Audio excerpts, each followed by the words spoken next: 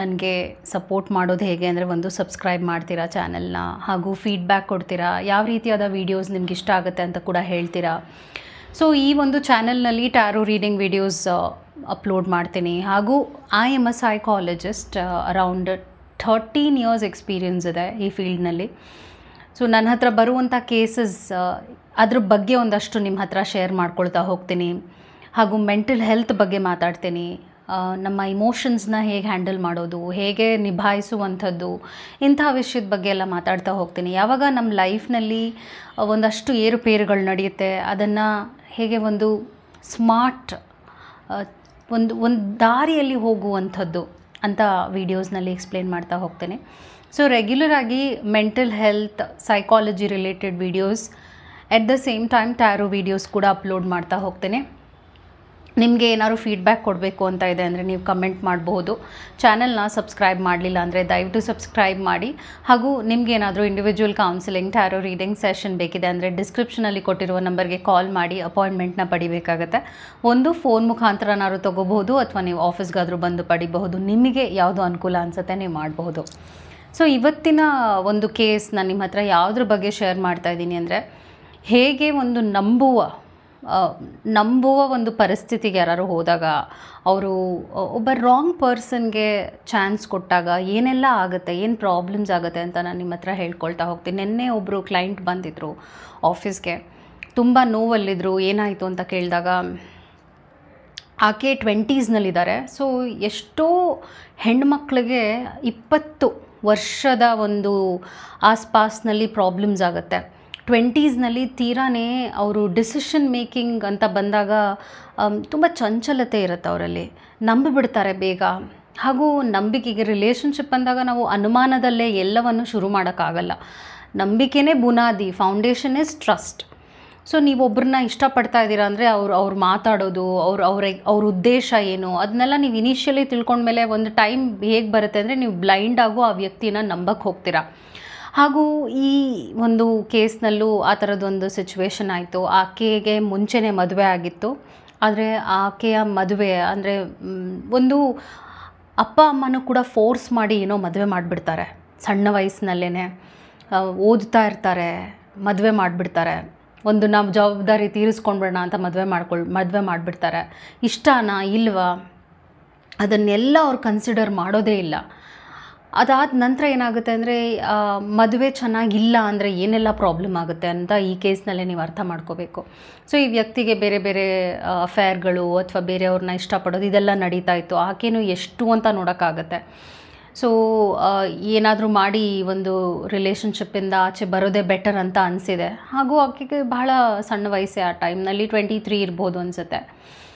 So ಹೀಗೆ ಯಾರ್ದೋ ಪರಿಚಯ ಆಗುತ್ತೆ. ಆಕೆ ಏನೋ ಒಂದು ಸ್ವಲ್ಪ ಪ್ರಾಬ್ಲಮ್ನ ಹೇಳ್ಕೊಳ್ತಾಳೆ ಈ ವ್ಯಕ್ತಿ ಹತ್ರ.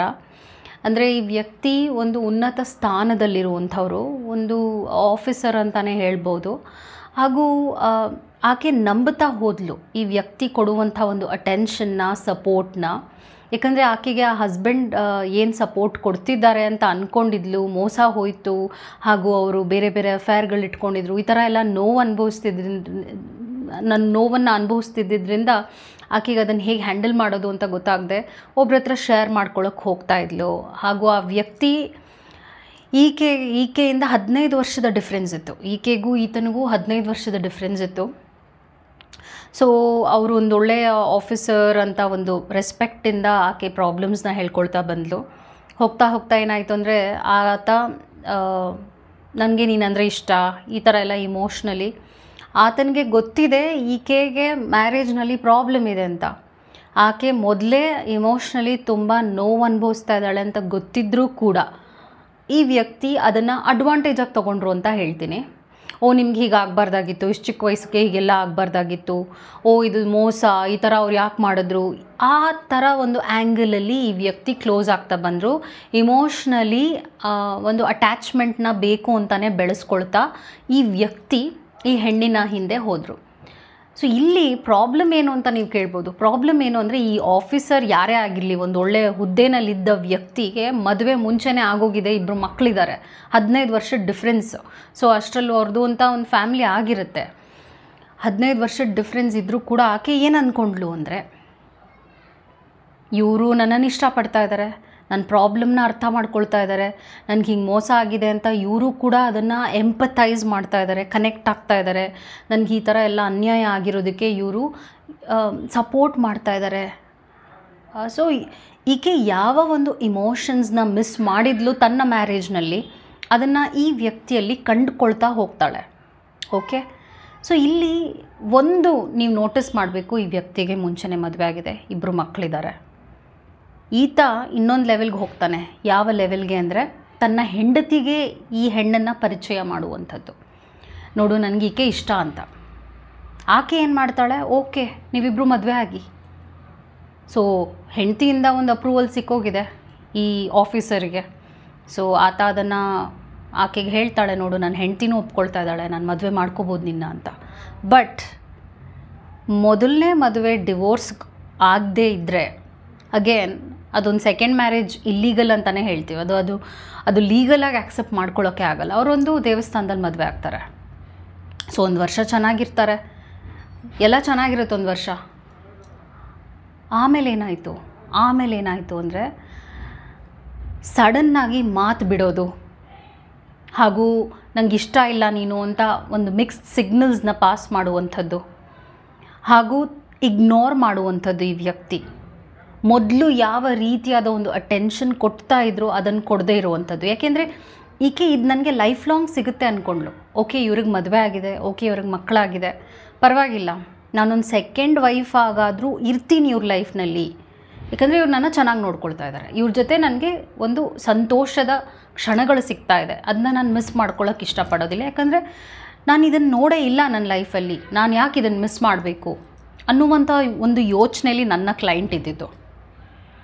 ಸೊ ಇಲ್ಲಿ ಪ್ರಾಬ್ಲಮ್ ಏನಾಗ್ತಾ ಇದೆ ಅಂದರೆ, ಒಂದು ಮದುವೆ ಆಗಿದೆ ಆ ವ್ಯಕ್ತಿಗೆ. ಇದುವರೆಗೂ ನನ್ನ ಹತ್ರ ಬಂದಿರೋ ಕೇಸಸ್ನಲ್ಲಿ ಅಫೇರ್ ಇಟ್ಕೊಂಡಿರೋರ ಲೈಫ್ ಸಕ್ಸಸ್ ಆಗಿದೆ ಅನ್ನೋದು ನಾನು ನೋಡೇ ಇಲ್ಲ ನಾನು. ಆ ಥರದ್ದು ಒಂದು ಕೇಸಲ್ಲಿ ಹೌದು ಅವರು ಡಿವೋರ್ಸ್ ಕೊಟ್ಟರು, ಹೌದು ಈ ಥರ ಏನೋ ಆಯಿತು, ಡಿವೋರ್ಸು ಕೊಡೋಲ್ಲ ಇಂಥವ್ರು. ಅಫೇರ್ ಅಂತಾನೆ ಅಂದರೆ ಒಂದು ನೀವು ಯಾವಾಗಲೂ ಒಬ್ಬ ಥರ್ಡ್ ಪರ್ಸನ್ ಆಗಿ ಅವ್ರ ಲೈಫ್ನಲ್ಲಿ ಉಳಿದು ಬಿಡ್ತೀರಾ ಅಂತ ನಾನು ನಿಮ್ಗೆ ಹೇಳ್ತಾ ಇರೋದು.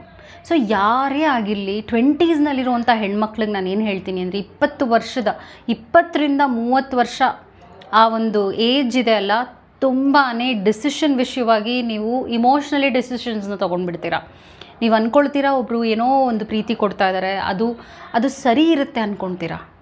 ಆದರೆ ಅವರು ಪ್ರಾಕ್ಟಿಕಲಿ ಪ್ರಾಬ್ಲಮ್ಸ್ ಏನಿತ್ತು ಈ ಕೇಸ್ನಲ್ಲಿ, ಪ್ರಾಕ್ಟಿಕಲಿ ಪ್ರಾಬ್ಲಮ್ಸ್ ಈ ವ್ಯಕ್ತಿಗೆ ಮೊದಲೇ ಮದುವೆ ಆಗಿತ್ತು, 15 ವರ್ಷದ ಡಿಫ್ರೆನ್ಸ್ ಇತ್ತು, ಏಜ್ ಗ್ಯಾಪ್ನಲ್ಲಿ ತುಂಬ ಏಜ್ ಗ್ಯಾಪ್ ಇದೆ. ಅಕಾರ್ಡಿಂಗ್ ಟು ಸೈಕಾಲಜಿ ನಾವೇನು ಹೇಳ್ತೀವಿ ಅಂದರೆ 10 ವರ್ಷದ್ದೇನೆ 10 ಇಯರ್ಸ್ ಏಜ್ ಗ್ಯಾಪೇನೆ ನಾವು ಪ್ರಾಬ್ಲಮ್ ಆಗ್ಬೋದು ಅಂತ ಹೇಳ್ತೀವಿ. 10 years 8 years also will be a problem. ಯಾಕಂದರೆ ಒಂದು 10 ಇಯರ್ಸ್ ಏಜ್ ಗ್ಯಾಪ್ ಅಂದರೆ ಒಂದು ಜನರೇಷನ್ ಡಿಫ್ರೆನ್ಸ್ ಬಂದುಬಿಡುತ್ತೆ. ಮೈಂಡ್ ಸೆಟ್ ತುಂಬಾ ಬದಲಾವಣೆ ಇರುತ್ತೆ ಇಬ್ಬರಲ್ಲೂ ಕೂಡ. ಅದರಲ್ಲಿ ಇದು 15 ವರ್ಷದ ಏಜ್ ಡಿಫ್ರೆನ್ಸು. ಇದೆಲ್ಲ ಪ್ರಾಕ್ಟಿಕಲಿ ಆಕೆ ಅರ್ಥ ಮಾಡ್ಕೊಳ್ಳಿಲ್ಲ, ಇದು ನನಗೆ ಪ್ರಾಬ್ಲಮ್ ಆಗುತ್ತೆ ಮುಂದೆ. ಯಾಕಂದರೆ ಅವರು ಇವಾಗ ಒಂದು ಏನೋ ಒಂದು ಮೋಸ ಮಾಡಬೇಕು ಅಂದಾಗ ಅಥವಾ ಒಬ್ಬರಿಂದ ಏನೋ ಪಡಿಬೇಕು ಅಂದಾಗ ಒಬ್ಬ ವ್ಯಕ್ತಿ ನಾಟಕ ಮಾಡೋಕ್ಕೂ ರೆಡಿ ಇರ್ತಾರೆ, 1 ವರ್ಷ ನಾಟಕ ಮಾಡೋಕ್ಕೂ ರೆಡಿ ಇರ್ತಾರೆ. ಸೊ ಈ ವ್ಯಕ್ತಿ ಅದನ್ನೇ ಮಾಡಿದ್ದು. 1 ವರ್ಷ ಆ ಪ್ರೀತಿ ಏನನ್ನು ಕಳ್ಕೊಳ್ತಾ ಇದ್ಲು, ಆಕೆ ಏನನ್ನು ಹಂಬಲಿಸ್ತಿದ್ಲು, ಏನು ಬೇಕು ನನ್ನ ಲೈಫಲ್ಲಿ ಅಂತ ಹಂಬಲಿಸ್ತಿದ್ಲು, ಅದು ಆಕೆಗೆ ಈ ವ್ಯಕ್ತಿ ಜೊತೆ ಸಿಗ್ತಾ ಇದ್ದಿದ್ದರಿಂದ ಇದನ್ನೆಲ್ಲ ಆಕೆ ಕನ್ಸಿಡರ್ ಮಾಡಲಿಲ್ಲ. ಓಕೆ ಇವ್ರಿಗೆ ಮದುವೆ ಆಗಿದೆ, ಓಕೆ ಇವ್ರು ಚೆನ್ನಾಗಿ ಇವ್ರ ಲೈಫ್ನ ಇಟ್ಕೊಂಡು, ಅಂದರೆ ಅವ್ರ ಲೈಫ್ನಲ್ಲಿ ಎಲ್ಲ ಇದೆ ಅಲ್ಲ, ಮಕ್ಕಳಿದ್ದಾರೆ ಹಾಗೂ ಮದುವೆ ಆಗಿದೆ, ಎಲ್ಲ ಇದೆ ಅಲ್ಲ, ಇದರಲ್ಲೆಲ್ಲ ನೀವು ಮಧ್ಯ ಹೋಗಿ ಸೇರಿಕೊಂಡ್ರೆ ನೀವೊಂದು ಈ ಕರ್ಬೇವು ಥರ, ಅಂದರೆ ಒಗ್ಗರಣೆ ಕರ್ಬೇವು ಹಾಕ್ತೀವಿ, ಅದನ್ನು ಯೂಸ್ ಮಾಡ್ಕೊಂಡು ಏನು ಮಾಡ್ತಾರೆ, ಅದನ್ನು ಬಿಸಾಕ್ಬಿಡ್ತಾರೆ. ತಿನ್ನೋವಾಗ ಅದನ್ನು ಅದನ್ನು ಯಾರು ಯಾರು ಅದನ್ನ ಸೇವಿಸೋದಿಲ್ಲ, ಅದನ್ನ ಸೈಡಲ್ಲಿ ಇಟ್ಬಿಡ್ತಾರೆ. ಒಗ್ಗರಣೆಗೆ ಹಾಕುವಂಥದ್ದು ಈ ಏನದು ಒಗ್ಗರಣೆಗೆ ಹಾಕ್ತೀವಲ್ಲ, ಈ ಒಣಮೆಣಸಿನ್ಕಾಯಿ ಆಮೇಲೆ ಈ ಕರ್ಬೇವು, ಇದನ್ನೆಲ್ಲ ಒಗ್ಗರಣೆಗೆ ಹಾಕ್ತೀವಿ ಅಷ್ಟೇ, ಅದು ನೋಡೋಕೆ ಚೆನ್ನಾಗಿರುತ್ತೆ, ಆಮೇಲೆ ಅದನ್ನು ಬಿಸಾಕ್ಬಿಡ್ತೀವಿ. ಸೊ ಹಾಗೆ ನಿಮ್ಮ ಲೈಫ್ ಕೂಡ ಆಗಿಬಿಡುತ್ತೆ. ದಯವಿಟ್ಟು ಇಂಥ ಒಂದು ಸಿಚುವೇಶನ್ಗೆ ನಿಮ್ಮನ್ನು ನೀವೇ ತಳ್ಕೊಬೇಡಿ. ಸಿಂಗಲ್ ಆಗಿರಬೇಕು ಒಬ್ಬ ವ್ಯಕ್ತಿ, ನಿಮಗೆ ಪಾರ್ಟ್ನರ್ ಆಗಬೇಕು ಅಂದರೆ ಅವ್ರಿಗೆ ಒಂದು ಡಿವೋರ್ಸ್ ಆಗಿರಬೇಕು, ಲೀಗಲಿ ಡಿವೋರ್ಸ್ ಆಗಿರಬೇಕು. ಸೆಪರೇಷನಲ್ಲಿ ಇದ್ದಾರೆ ಅಂದರೂ ಕೂಡ ಅವ್ರನ್ನ ನೀವು ಅವ್ರ ಜೊತೆ ನಿಮ್ಮ ಲೈಫ್ ಚೆನ್ನಾಗಿರುತ್ತೆ ಅಂತ ದಯವಿಟ್ಟು ಅಂದ್ಕೋಬೇಡಿ. ಯಾಕಂದರೆ ಬಣ್ಣ ಬಣ್ಣದ ಮಾತುಗಳನ್ನ ಎಷ್ಟಾದರೂ ಆಡ್ಬೋದು, ಆದರೆ ಆ್ಯಕ್ಷನ್ ಅಂತ ಬಂದಾಗ ಒಂದು ರಿಲೇಷನ್ಶಿಪ್ ಅಂತ ಬಂದಾಗ ತುಂಬ ಪ್ರಾಬ್ಲಮ್ ಆಗುತ್ತೆ. ಇಮೋಷ್ನಲಿ ಡಿಸಿಷನ್ಸ್ನ ದಯವಿಟ್ಟು ತೊಗೊಳಕ್ಕೆ ಹೋಗಬೇಡಿ. ಯಾಕಂದರೆ ಈಗೇನಾಗಿದೆ ಅಂದರೆ ಈಕೆ ಲೈಫಲ್ಲಿ ಆತ ಬ್ಲಾಕ್ ಮಾಡಿಬಿಟ್ಟಿದ್ದಾರೆ. ಆ ವ್ಯಕ್ತಿ ಆಫೀಸರ್, ಉನ್ನತ ಮಟ್ಟದ ಸ್ಥಾನದಲ್ಲಿರುವಂಥ ಆಫೀಸರ್, ಈಕೆ ಏನೆಲ್ಲ ಅಂದ್ಕೊಂಡಿದ್ಲು ಇವ್ರು ಒಳ್ಳೆಯವರು, ಇವರು ಒಳ್ಳೆಯ ವ್ಯಾಲ್ಯೂ ಸಿಸ್ಟಮ್ ಇಟ್ಕೊಂಡಿರೋರು ಅಂತ, ಅವರು ಇವಾಗ ಕೈಗೆ ಸಿಗ್ತಾ ಇಲ್ಲ. ಈಗೇನಾಯಿತು, ಆಕೆಗೆ ಒಳ್ಳೆ ಕೆಲಸ ಹೋಯಿತು. ಯಾಕಂದರೆ ಇದ್ರ ಬಗ್ಗೆನೇ ಯೋಚನೆ ಮಾಡಿ ಮಾಡಿ ಒಳ್ಳೆ ಕೆಲಸ ಹೋಯಿತು. ನಿದ್ದೆ ಸರಿಯಾಗಿ ಬರ್ತಾಯಿಲ್ಲ ಅಂತಾರೆ. ವೆಯ್ಟ್ ಲಾಸ್ ಆಗಿದೆ ಅಂತ ಹೇಳ್ತಾಯಿದ್ರು. ಹಾಗೂ ಆ್ಯಂಗ್ಸೈಟಿ ಇದೆ, ನನಗೆ ಸಡನ್ನಾಗಿ ಗಾಬರಿ ಆಗುತ್ತೆ, ನಂಬಕ್ಕಾಗಲ್ಲ ಜನರನ್ನ, ಯಾರನ್ನಾದ್ರೂ ಮಾತಾಡ್ಸೋಕ್ಕೂ ಭಯ ಆಗುತ್ತೆ, ಇವರೆಲ್ಲಿ ಮೋಸ ಮಾಡ್ತಾರೋ ನನ್ನ ಅಂತ ಭಯ ಆಗುತ್ತೆ. ಫ್ರೆಂಡ್ಶಿಪ್ ಮಾಡ್ಕೊಳ್ಳೋಕ್ಕೂ ನನಗೆ ಆಗ್ತಾಯಿಲ್ಲ, ಜನರ ಜೊತೆ ಕನೆಕ್ಟ್ ಆಗೋಕ್ಕಾಗ್ತಾಯಿಲ್ಲ. ಸೊ ಏನೇನೋ ಪ್ರಾಬ್ಲಮ್ಸ್ ಬರುತ್ತೆ.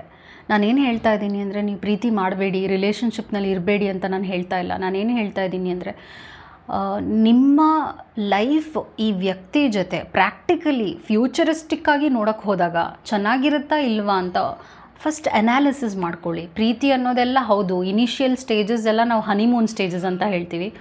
ಬೆಸ್ಟಾಗೇ ಇರುತ್ತೆ, ಬೆಸ್ಟಾಗಿ ಅದು ಒಂದು ಪಾಯಿಂಟ್ ಆಫ್ ಟೈಮ್ವರೆಗೂ ಅವ್ರು ಬೆಸ್ಟಾಗೇ ನಿಮ್ಮ ಹತ್ರ ನಡ್ಕೊಳ್ತಾರೆ. ಆದರೆ ನೀವು ಅವ್ರಿಗೆ ಮಾರು ಹೋಗಬೇಡಿ ದಯವಿಟ್ಟು. ನೀವೊಂದು ಪ್ರಾಬ್ಲಮಲ್ಲಿ ಇದ್ದೀರಾ ಅಂದಾಗ ಎಷ್ಟೋ ಜನ ಅದನ್ನು ಅಡ್ವಾಂಟೇಜಾಗಿ ತೊಗೊಳಕ್ಕೆ ಬರ್ತಾರೆ ನಿಮ್ಮ ಹತ್ರ. ಒಂದೊಂದು ಸಲ ನಿಮ್ಮ ಹತ್ರ ಹಣ ಪಡೆಯೋಕ್ಕೆ ಬರ್ತಾರೆ, ಒಂದೊಂದು ಸಲ ಈ ಥರ ಒಂದು ಕೇಸ್ ಆಯ್ತಲ್ಲ, ಈ ಥರ ಮದುವೆ ಮಾಡಿ ಮೋಸ ಮಾಡ್ತಾರೆ. ನೀವು ವೀಕ್ ಆಗಿರುವಂಥ ಒಂದು ಪೊಸಿಷನಲ್ಲಿ, ಅಂದರೆ ಆಕೆ ತನ್ನ ಹಸ್ಬೆಂಡಿಂದ ಪ್ರಾಬ್ಲಮ್ ಮುಂಚೆನೇ ಇತ್ತು, ಡಿವೋರ್ಸ್ ತೊಗೋಬೇಕು ಅಂತ ಎಲ್ಲ ಓಡಾಡುವಂಥ ಟೈಮ್ನಲ್ಲಿ ಈ ವ್ಯಕ್ತಿ ಬಂದಿದ್ದು. ಸೊ ಆಕೆ ಲೈಫ್ ಮೆಸ್ಸಿಯಾಗಿರುವಾಗ ಲೈಫ್ನಲ್ಲಿ ನೀವು ತೊಗೊಳ್ಳುವಂಥ ಡಿಸಿಷನ್ಸ್ ಪ್ರಾಬ್ಲಮ್ ಮೇಲೆ ಪ್ರಾಬ್ಲಮ್ ಕ್ರಿಯೇಟ್ ಮಾಡುವಂಥ ಒಂದು ಸಂದರ್ಭ ಬಂದ್ಬಿಡತ್ತೆ. ಸೊ ಫಸ್ಟ್ ನೀವೊಂದು ಪ್ರಾಬ್ಲಮಲ್ಲಿದ್ದೀರಾ ಅಂದರೆ ಅದನ್ನ ಸಾರ್ಟ್ ಔಟ್ ಮಾಡ್ಕೊಳ್ಳಿ. ಈಗ ನಿಮಗೆ ಒಂದು ಮದುವೆನೇ ಪ್ರಾಬ್ಲಮ್ ಆಗಿದೆ ಅಂದರೆ ನೀವು ಫಸ್ಟ್ ಡಿವೋರ್ಸ್ ತೊಗೋಬೇಕಾಗತ್ತೆ. ಡಿವೋರ್ಸ್ ತೊಗೊಂಡಾದ ನಂತರ ನನ್ನ ಲೈಫ್ ಮುಂದೆ ನಾನು ಏನು ಮಾಡಬೇಕು ಅಂತ ಇದ್ದೀನಿ ಅನ್ನುವಂಥ ಒಂದು ಸಿಚುವೇಶನ್ ಬರೋದೇ ನೀವು ಮೈಂಡ್ ಕ್ಲಾರಿಟಿ ನೀವು ನೋಡಿದಾಗ. ಯಾಕಂದರೆ ಈ ಟೈಮ್ನಲ್ಲಿ ಏನಾಗುತ್ತೆ ಅಂದರೆ, ಒಂದೊಂದು ಸಲ ಒಬ್ಬೊಬ್ಬರು ಬರುವಂಥವ್ರು ನಿಮ್ಮ ಲೈಫ್ಗೆ ಅವ್ರು ಒಳ್ಳೆಯ ಉದ್ದೇಶ ಇಟ್ಕೊಂಡು ಬರೋದಿಲ್ಲ, ಅವ್ರು ನಿಮಗೆ ಮೋಸ ಮಾಡುವಂಥ ಒಂದು ಮನಸ್ಥಿತಿ ಇಟ್ಕೊಂಡೇ ಬರ್ತಾರೆ. ಏಕೆಂದರೆ ಈಸಿಯಾಗಿ ಸಿಗ್ತಾಳೆ ಅಥವಾ ಈಸಿಯಾಗಿ ವ್ಯಕ್ತಿ ಸಿಗ್ತಾರೆ ಅನ್ನುವಂಥ ಒಂದು ಮನಸ್ಥಿತಿ ಇಟ್ಕೊಂಡು ಬರ್ತಾರೆ. ಬಿಟ್ಟರೆ ನಿಮಗೊಂದು ಲೈಫ್ ಕೊಡಬೇಕು ಆ ಥರ ಎಲ್ಲ ಅಷ್ಟು ಒಳ್ಳೆಯ ಸೊಸೈಟಿಲಿ ನಾವಿಲ್ಲ. ಎಲ್ಲರೂ ಒಳ್ಳೆಯವರಾಗಿರೋಲ್ಲ, ಎಲ್ಲರೂ ಕೂಡ ಮೋಸಗಾರರು ಅಂತ ಹೇಳ್ತಾ ಇಲ್ಲ. ಎಟ್ ದ ಸೇಮ್ ಟೈಮ್ ಎಲ್ಲರೂ ಒಳ್ಳೆಯವರೇ, ನಿಮ್ಮ ಲೈಫಿಗೆ ಬರೋರೆಲ್ಲ ಒಳ್ಳೆಯವರೇ ಅಂತ ನಾನು ಹೇಳ್ತಾ ಇಲ್ಲ. ಸೊ ಮ್ಯಾರೇಜ್ ಅನ್ನುವಂಥ ಒಂದು ಸಿಸ್ಟಮ್ಗೆ ಫಸ್ಟ್ ನೀವು ರೆಸ್ಪೆಕ್ಟ್ ಕೊಡಬೇಕು. ಹೇಗೆ ಕೊಡಬೇಕು? ನಾನು ಆಗಲೇ ಹೇಳಿದಾಗೆ, ಡಿವೋರ್ಸಿನ ಮದುವೆ ಆಗಬೇಕು ಅಂತ ಇದ್ದೀರಾ ಅಂದರೆ ಲೀಗಲಿ ಆಗಿದೆಯಾ ಅಂತ ಚೆಕ್ ಮಾಡ್ಕೊಳ್ಳಿ. ಸೆಪರೇಷನಲ್ಲಿರೋರನ್ನ ದಯವಿಟ್ಟು ಮೀಟ್ ಕೂಡ ಮಾಡೋಕ್ಕೆ ಹೋಗಬೇಡಿ. ಯಾಕೆ ಅಂದರೆ ಸೆಪರೇಷನಲ್ಲಿರುವಂಥ ವ್ಯಕ್ತಿಗಳು ಒಂದು ಅವ್ರು ಓಲ್ಡ್ ಮ್ಯಾರೇಜ್ಗೆ ಹೋಗ್ಬಿಡ್ಬೋದು, ಅಥವಾ ಅವರು ಡಿವೋರ್ಸ್ ಕೊಡದೇನೇ ಇರ್ಬೋದು. ನೀವೊಂದು ಥರ್ಡ್ ಪರ್ಸನ್ ಆಗಿ ಅವ್ರ ಲೈಫ್ನಲ್ಲಿ ಉಳ್ಕೊಂಡು ಬಿಡ್ಬೋದು. ಸೊ ಈ ವ್ಯಕ್ತಿ ಸಿಂಗಲ್ ಆಗಿರಬೇಕು, ಹಾಗೂ ಅವ್ರ ಉದ್ದೇಶ ಏನು ಅಂತ ಫಸ್ಟ್ ತಿಳ್ಕೊಳ್ಬೇಕು ನೀವು. ಇದೆಲ್ಲ ತಿಳ್ಕೊಂಡಾದ ನಂತರ ನಿಮಗೆ ಈ ವ್ಯಕ್ತಿ ಜೊತೆ ಫ್ಯೂಚರ್ ಕಾಣ್ತಾ ಇದೆಯಾ, ನೀವು ಖುಷಿಯಾಗಿರ್ತೀರಾ, ಯಾವಾಗಲೂ ನೀವು ನಿಮ್ಮ ಕಂಫರ್ಟ್ ಬಗ್ಗೆ ಯೋಚನೆ ಮಾಡಿ.